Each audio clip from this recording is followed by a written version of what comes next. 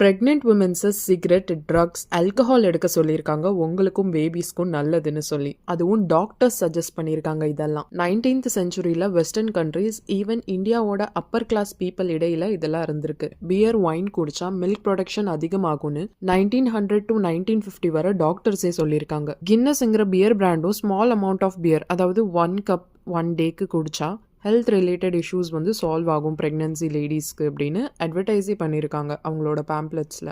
Cigarette smoke பண்ண சொல்லியிருக்காங்க doctors. கேமல்ங்கிற பிராண்டே அவங்களோட சிகரெட்ஸை டாக்டர்ஸ் அதிகமாக யூஸ் பண்ணுறாங்கன்னு அட்வர்டைஸ் பண்ணியிருக்காங்க. டாக்டர்ஸே ப்ரெக்னென்ட் லேடிஸ்க்கு ஸ்மோக்கிங்கை ரெக்கமெண்ட் பண்ணியிருக்காங்க.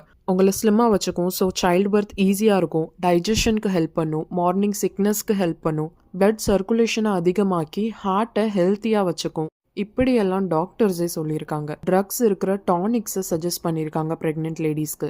மொர்ஃபைன் அண்ட் குளோரோஃபார்ம், அப்புறம் கொக்கேன் அண்ட் ஓபிஎம் இருக்கிற சிரப்ஸை நர்வஸ் சிஸ்டமை காம் பண்ணும், சைல்டு பர்த் பெயினை குறைக்கும், தூக்கத்துக்கு ஹெல்ப் பண்ணும், வாமிட்டிங் ப்ராப்ளம் சால்வ் பண்ணும். இப்படியெல்லாம் சொல்லி அந்த மாதிரி டானிக்ஸை ரெக்கமெண்ட் பண்ணியிருக்காங்க. இதே மாதிரி நிறைய வியர்டான விஷயங்கள் which is harmful to baby and mother recommend பண்ணியிருக்காங்க டாக்டர்ஸே. இது எல்லாமே 1980s ஒரு முடிவு வருது, ஸ்ட்ராங் கவர்மெண்ட் ரெகுலேஷன் கொண்டு வந்து.